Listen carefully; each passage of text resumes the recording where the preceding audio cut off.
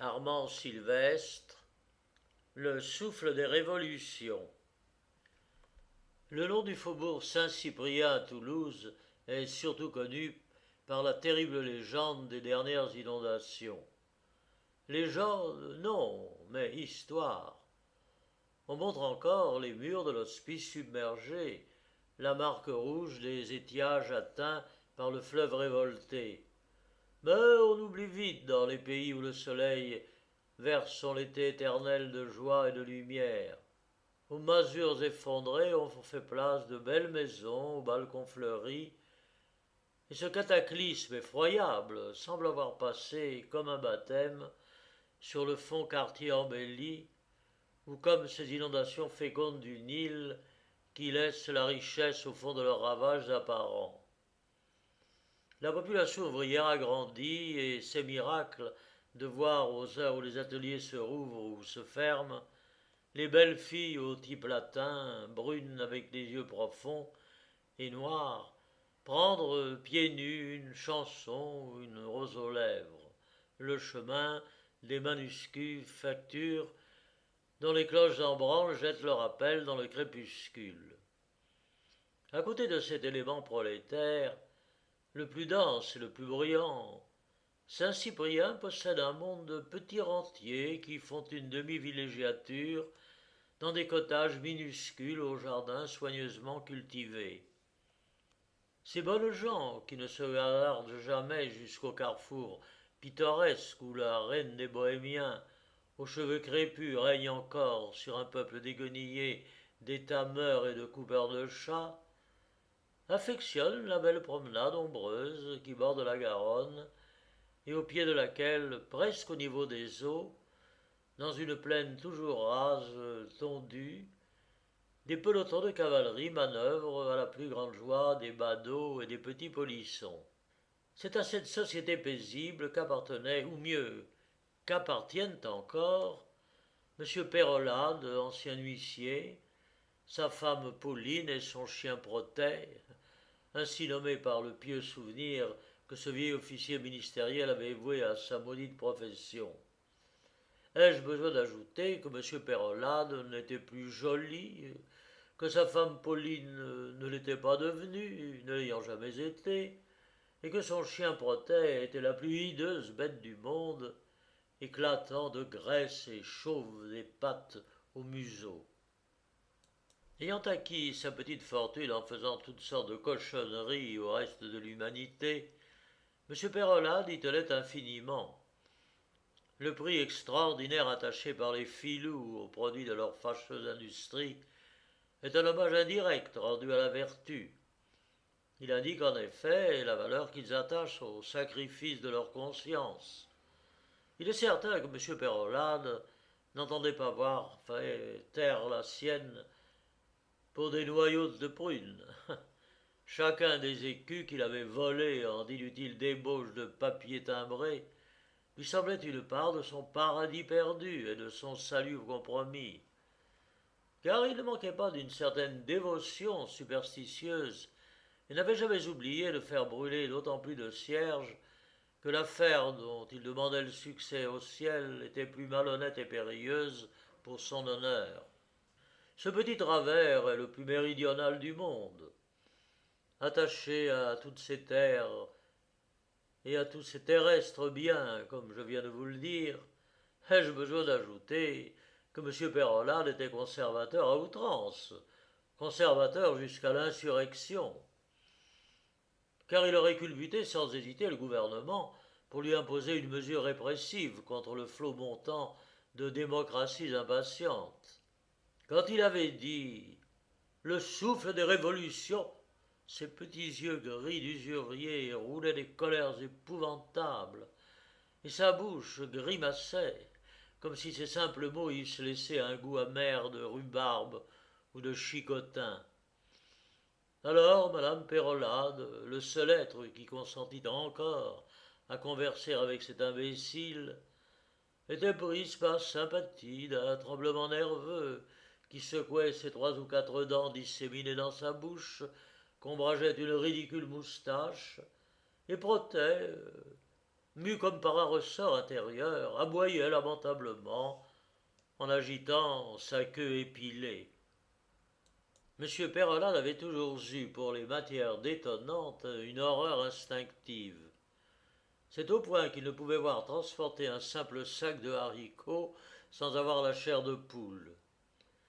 Jugez un peu de la frayeur que lui devaient inspirer les derniers et lugubres exploits de la dynamite. La dynamite était devenue l'unique souci de ses veilles infécondes.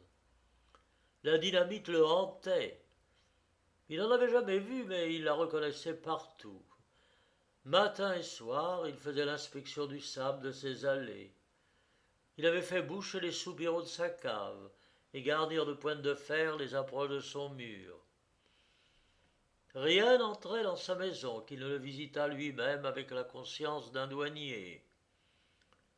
Pauline l'aidait dans cette tâche investigatrice, après avoir mis sa servante à la porte, car, comme l'avait très bien dit son mari, on n'est jamais sûr de ces gens-là. Potet lui-même avait pris un air méfiant, et son vilain museau se frisait, se recroquevillait, comme une noix au moindre mouvement de l'atmosphère. Lui aussi reniflait le souffle des révolutions. Ainsi, par un juste arrêt de la Providence, le bonheur mal gagné de ses fesses Mathieu était empoisonné par d'éternelles craintes. Bon, qu'on soit encore à la rigueur, disait Perrollade, que ces misérables fassent sauter les monuments publics, lesquels sont considérables, l'ont à rebâtir et leur promettent de l'ouvrage pour longtemps. On peut attribuer dans ce cas leur légèreté à un amour immodéré du travail, même ma maison, ma pauvre maison.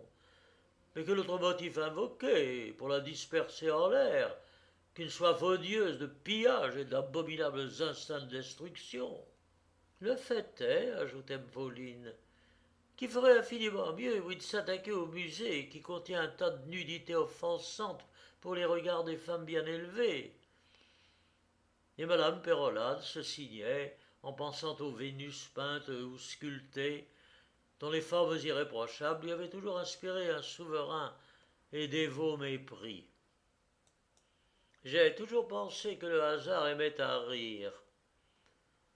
On ne saurait d'ailleurs expliquer autrement l'étonnante aventure dont le couple fut victime et le rôle qu'y joua l'infortuné Protet. J'ai dit que Protet était méfiant, mais pas à l'endroit de choses qui se mangent.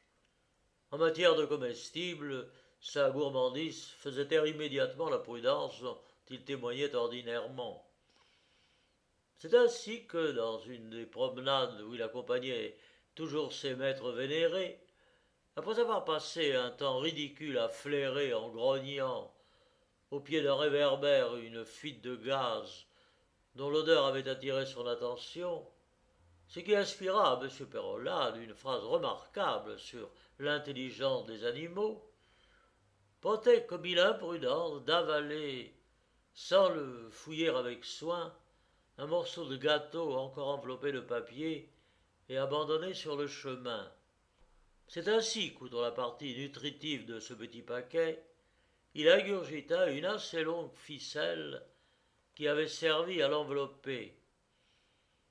Vous savez la rapidité de digestion d'un chien, laquelle n'est dépassée que par celle du canard.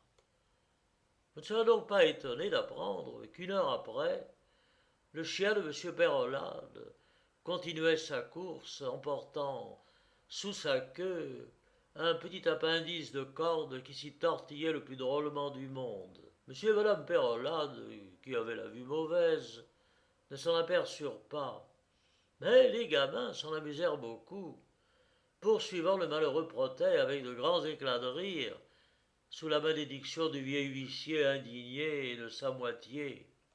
Cet accident les décida à rentrer plus tôt que de coutume. Protet, qui le procédait et qui était frileux, comme un chanoine, s'en vint immédiatement se blottir auprès de l'âtre où flambait un feu clair de Génevrotte. Mal lui en prit, car un instant après, avec un bruit effroyable, il sautait comme un baril de poudre dispersés aux quatre coins de la chambre par cette abominable détonation. Le feu s'était mis au bout du chanvre qu'il traînait à son derrière et qui, faisant l'office de mèche, l'avait transmis au gaz hydrogène carburé dont il s'était imprudemment rempli au pied du réverbère. Mais cette explication, si simple et si parfaitement conforme aux lois saintes de la physique, est absolument repoussée par les époux Pérolade. Oh, pour eux, le doute n'est pas permis. Ce sont les enfants qui ont poursuivi Protet, qui lui ont mis une pastille de dynamite sous la queue, et le souffle des révolutions est encore responsable de sa fin déplorable. Cette version est généralement acceptée par leurs voisins. Il est convenu et avéré maintenant, de ce côté-là de la Garonne, que les gosses des anarchistes s'amusent à faire sauter les chiens des conservateurs. Aussi, pourriez-vous remarquer, si vous étiez ici depuis quelques jours, que les petits propriétaires du faubourg Saint-Cyprien ne sortent plus sur la promenade qu'avec leurs chiens dans leurs bras.